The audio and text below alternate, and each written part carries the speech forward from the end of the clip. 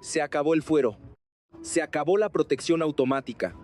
Y, sobre todo, se acabó la posibilidad de tratar el caso Sinaloa como si fuera solamente un incendio local, encerrado dentro de las fronteras de Morena. Claudia Sheinbaum decidió entrar al choque de frente. No eligió el silencio. No eligió esconderse detrás de comunicados fríos. Tampoco entregó una respuesta diseñada para calmar a todos. Hizo algo más arriesgado, colocó el conflicto en el centro del tablero y cambió la pregunta principal. La pregunta ya no era solamente si Rubén Rocha Moya debía enfrentar acusaciones.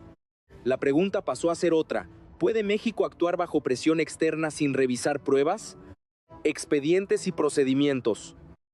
Ese giro fue clave. Porque si Sheinbaum aceptaba una entrega inmediata, quedaba atrapada en la imagen de una presidenta subordinada a Washington. Pero si pedía pruebas, la oposición podía acusarla de proteger a un gobernador de Morena. Era una trampa perfecta. Y justamente por eso su respuesta fue tan dura. Su mensaje fue doble. Hacia adentro dijo: mi gobierno no protege a nadie. Hacia afuera advirtió: México no es protectorado ni colonia de Estados Unidos. En una sola jugada, Sheinbaum intentó separar dos planos que sus adversarios querían mezclar: justicia y soberanía. No negó la investigación. No cerró la puerta al proceso. Pero exigió que el proceso no naciera de una orden política ni de una filtración mediática. Ahí empezó la verdadera batalla. La oposición vio una oportunidad para golpear a Morena en su zona más vulnerable: la seguridad, el narcotráfico y la credibilidad moral del movimiento. Los medios críticos empujaron la narrativa de un gobierno acorralado, y desde Estados Unidos apareció una presión que parecía demasiado sincronizada con el ruido interno. Entonces Sheinbaum movió otra pieza. Omar García Harfuch apareció en Sinaloa con el gabinete de seguridad. La imagen era imposible de ignorar: fuerzas federales, conferencia urgente, mensaje de control y una frase de fondo que pesaba más que cualquier discurso: el Estado mexicano no se va. Pero esa demostración también abría otra incógnita. Sheinbaum estaba conteniendo una crisis, o estaba marcando el inicio de una confrontación más grande con Washington, la oposición y las propias grietas de Morena. Porque cuando una presidenta dice: no protegemos a nadie, no solo habla a sus enemigos, también advierte a los suyos. Para entender por qué Claudia Sheinbaum decidió tensar la cuerda en este momento, hay que mirar el mapa completo de poder en el que está operando. Porque el caso Rocha Moya no aparece en el vacío. Aparece en un sistema político donde todos los partidos, en algún momento, han sido señalados por vínculos con el crimen organizado. Y ese detalle cambia todo. Durante años, los escándalos de narcopolítica siguieron un patrón casi idéntico. Primero, el político terminaba su mandato. Después, aparecían las investigaciones. Más tarde, llegaban las órdenes de captura. Y finalmente, en algunos casos, la extradición. Ese fue el camino de gobernadores del PRI, de figuras del PAN y de altos funcionarios federales. Pero ahora, el patrón se rompe. Por primera vez, la presión externa apunta a un gobernador en funciones.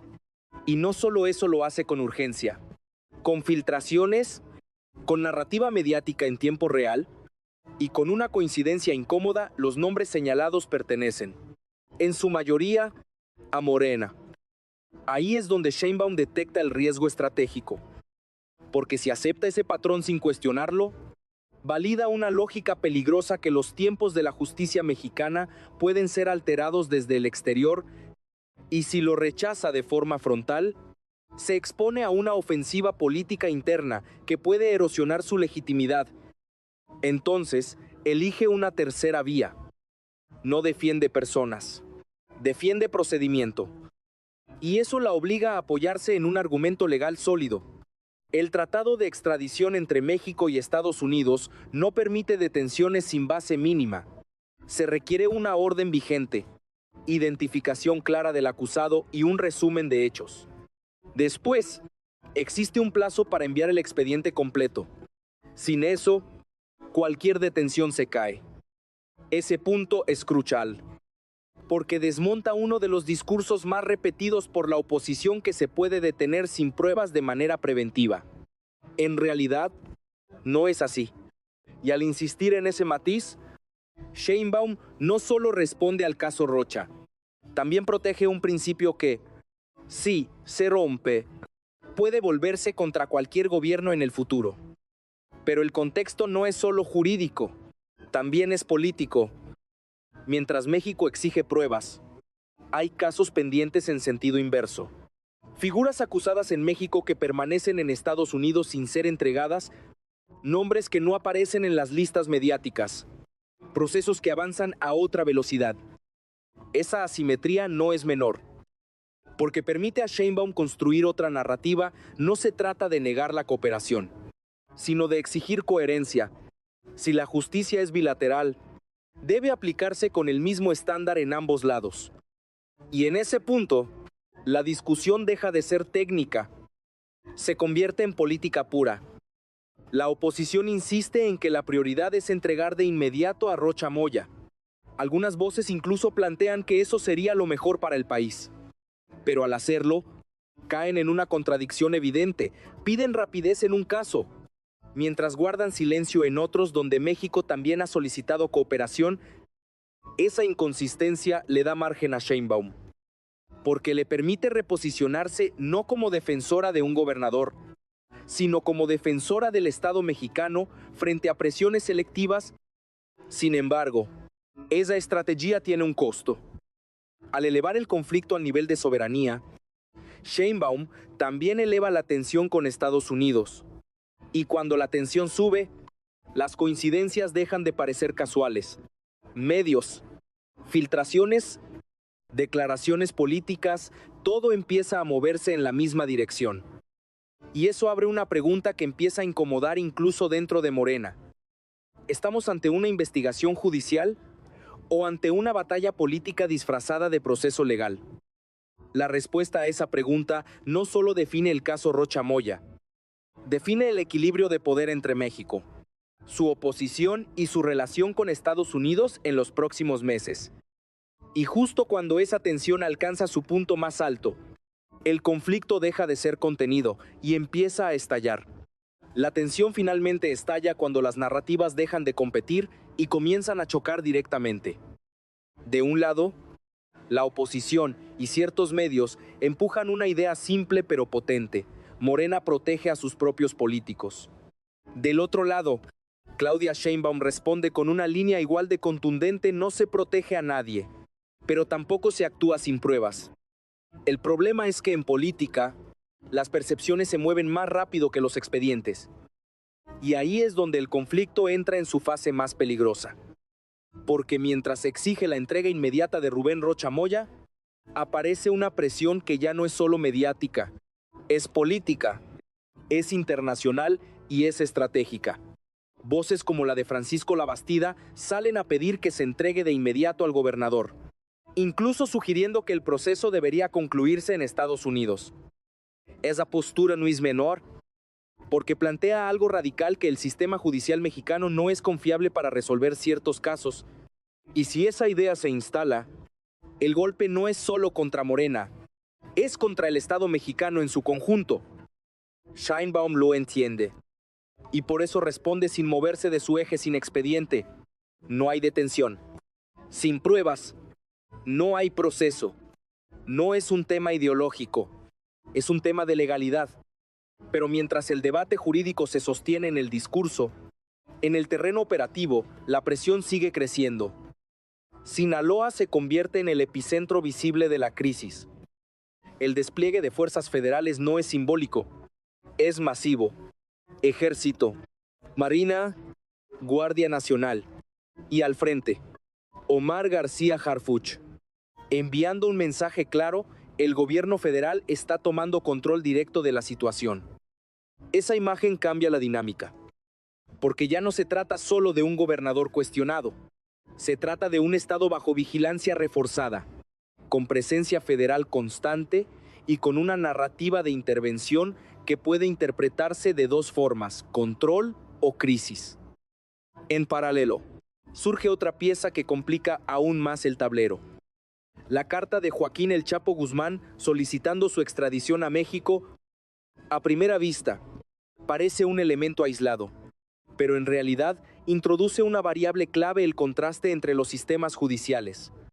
Mientras Estados Unidos mantiene a Guzmán en condiciones extremas de aislamiento, México aparece como un entorno legal distinto, con posibilidades de revisión, traslado y condiciones menos rígidas. Ese contraste alimenta la narrativa internacional y refuerza la presión sobre el gobierno de Sheinbaum. Porque mientras se cuestiona si México puede juzgar a sus propios políticos, también se pone en duda la dureza de su sistema penal frente al crimen organizado. Todo empieza a conectarse. Extradiciones, acusaciones, presión mediática, intervención federal, discursos políticos. Ya no son piezas separadas, son parte de una misma batalla narrativa. Y en medio de todo eso, Sheinbaum se enfrenta a una decisión que no tiene salida fácil. Si acelera el proceso, cede a la presión; si lo frena, alimenta la sospecha; y si intenta equilibrar ambos lados, corre el riesgo de quedar atrapada en el peor escenario: perder el control del relato. Porque en este punto, la pregunta ya no es solo ¿qué va a pasar con Rocha Moya? La verdadera pregunta es otra. ¿Quién está definiendo las reglas del juego en esta crisis? ¿México o las presiones externas? Y justo cuando esa duda empieza a expandirse, las decisiones de Sheinbaum dejan de ser reactivas y empiezan a revelar una estrategia mucho más profunda. Cuando el ruido alcanza su punto más alto, Claudia Sheinbaum deja de responder y empieza a dirigir. Ahí es donde su estrategia se vuelve visible. Porque lo que parecía una postura defensiva, pedir pruebas, exigir expediente, frenar la urgencia, en realidad es una jugada calculada para reposicionar todo el conflicto. No se trata de ganar el caso Rocha Moya en el corto plazo. Se trata de controlar el marco en el que se van a juzgar todos los casos futuros. Y ese cambio es profundo. Sheinbaum está intentando mover la discusión desde quién es culpable hacia cómo se determina la culpabilidad. Puede parecer un detalle técnico, pero en política es una línea de poder. ¿Quién define el proceso? Define el resultado. Por eso insiste en el debido proceso. No es casualidad, es estrategia. Porque si acepta una excepción hoy, mañana esa excepción puede convertirse en regla, y en un entorno donde las acusaciones pueden surgir desde filtraciones, presiones externas o intereses políticos, perder el control del procedimiento sería abrir la puerta a una inestabilidad permanente. Pero la estrategia no termina ahí. Sheinbaum también está jugando en el terreno de la narrativa internacional. Al decir que México no es colonia ni protectorado, no solo responde a Estados Unidos, también envía un mensaje hacia adentro del país: su gobierno no se va a someter a decisiones externas sin validación interna. Eso fortalece su imagen ante una base política que valora la soberanía. Pero al mismo tiempo, genera fricción. Porque en la relación con Estados Unidos, la cooperación en seguridad es clave. Y tensar esa relación, incluso discursivamente, implica riesgos. Desde intercambio de información hasta coordinación operativa. Todo puede verse afectado si el conflicto escala. Entonces, ¿por qué asumir ese costo? Porque Sheinbaum está apostando a algo más grande: consolidar autoridad. Y para lograrlo, necesita demostrar que puede resistir presión, no solo de la oposición, también del exterior y quizás más importante, de las expectativas internas dentro de Morena. Ahí aparece otra capa del conflicto. Cuando dice no protegemos a nadie, también está enviando una advertencia hacia su propio movimiento.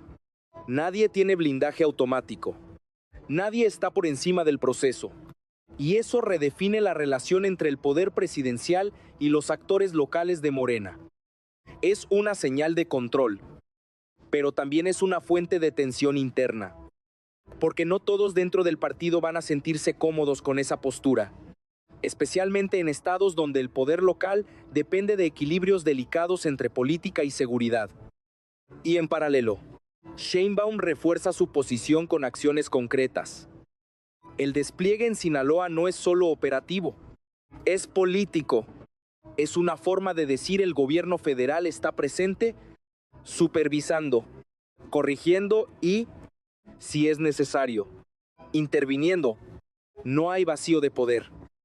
Esa combinación discurso firme y acción visible busca cerrar el espacio a la especulación, pero también eleva la expectativa, porque ahora Sheinbaum no solo ha prometido proceso, ha prometido resultados.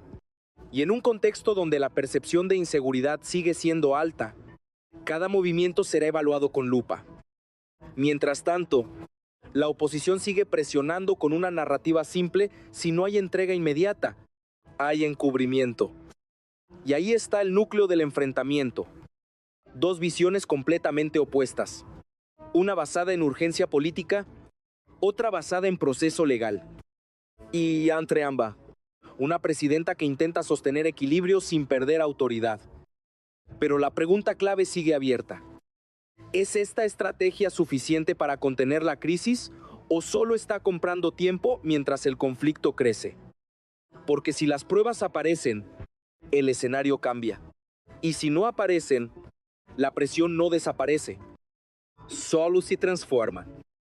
Y en ese punto, lo que está en juego ya no es solo un caso judicial. Es el futuro político de Sheinbaum y la capacidad de su gobierno para sostener el control en medio de una tormenta que apenas comienza a mostrar su verdadera dimensión. Las consecuencias empiezan a desplegarse incluso antes de que exista una resolución clara. Y eso es lo más peligroso para Claudia Sheinbaum. Porque en política, cuando el resultado aún no está definido, lo que sí avanza es la percepción. Y la percepción ya está dividiendo el tablero en dos bloques muy claros. Por un lado, quienes ven en su postura una defensa firme del Estado de Derecho y de la soberanía nacional. Por el otro, quienes interpretan cada segundo sin detención como una señal de encubrimiento. Ese choque de interpretaciones tiene efectos reales. Dentro de México, el caso Rocha Moya empieza a proyectarse hacia el futuro electoral. Sinaloa deja de ser solo un estado conflictivo y se convierte en un símbolo. Un termómetro que puede medir si Morena mantiene control político o empieza a perder terreno frente a una oposición que, aunque debilitada, sigue buscando oportunidades. Y la pregunta comienza a instalarse con fuerza. ¿Puede Morena sostener Sinaloa después de este escándalo? No es una pregunta menor, porque si el caso escala, no solo afecta a un gobernador, puede erosionar la narrativa completa del movimiento, la lucha contra la corrupción, la ruptura con el pasado, la promesa de un cambio estructural. Sheinbaum lo sabe, y por eso su estrategia no se limita a resistir la presión externa. También busca contener el daño interno, mantener cohesión, evitar fracturas, impedir que el caso se convierta en un punto de quiebre dentro del propio partido. Pero ese equilibrio es frágil, porque mientras intenta sostener la unidad, también está marcando distancia. No protege, no encubre, no acelera sin pruebas. Esa triple postura genera incertidumbre en los actores locales, que empiezan a preguntarse hasta dónde llega realmente el respaldo del gobierno federal. Y esa duda puede cambiar comportamientos. Al mismo tiempo, en el frente internacional, la tensión no desaparece. Estados Unidos no retira su presión. Las solicitudes siguen, las preguntas continúan, y la narrativa de urgencia permanece activa. Incluso si no hay acción inmediata, el tema ya está instalado. Eso significa que el conflicto no se cierra, se prolonga. Y cuando un conflicto se prolonga, se vuelve más complejo.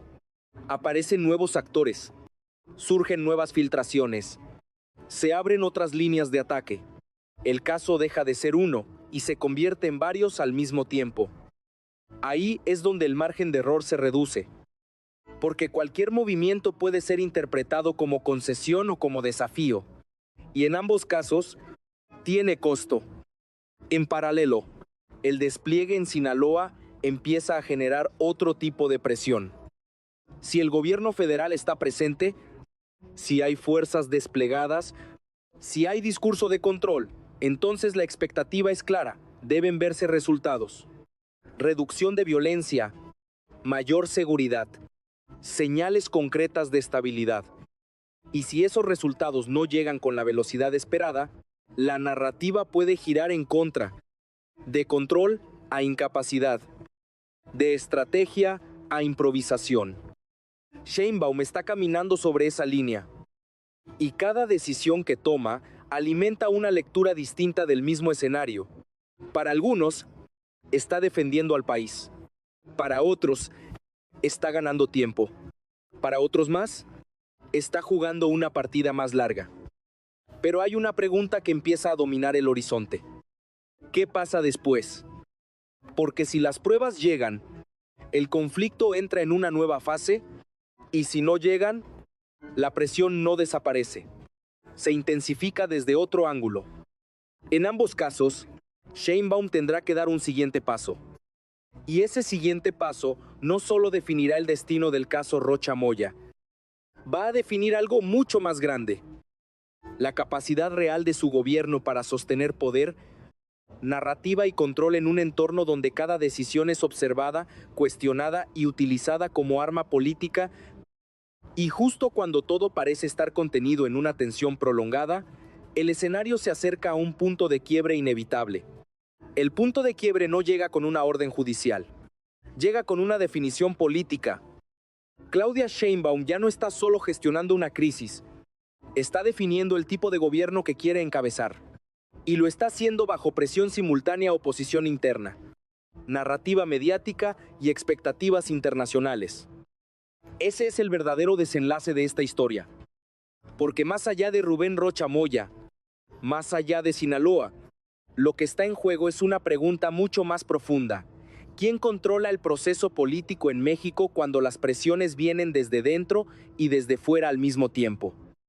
Sheinbaum eligió una ruta difícil. No ceder a la urgencia, no proteger sin condiciones, no romper con Estados Unidos, pero tampoco someterse. Ese equilibrio es inestable, pero también es una apuesta. Una apuesta a que el tiempo juegue a su favor, a que el debido proceso le dé legitimidad y a que la narrativa de soberanía le dé respaldo político, pero esa apuesta tiene un límite. Porque si en algún momento aparecen pruebas contundentes, tendrá que actuar. Y si no actúa, el costo será inmediato. Pero si actúa demasiado tarde, el daño político ya estará hecho. No hay escenario sin costo. Y ahí es donde la figura de Sheinbaum se redefine. Ya no es solo la presidenta que continúa un proyecto. Es la líder que decide hasta dónde ese proyecto puede resistir presión sin romperse. Y esa decisión no se mide en discursos, se mide en momentos como este. Mientras tanto, el país observa si realmente no se protege a nadie. Observa si la ley se aplica sin excepción. Observa si la soberanía es discurso o es límite real. Y en ese proceso, cada gesto importa. Cada palabra, cada silencio, cada decisión. Porque en política, el control no se pierde de golpe.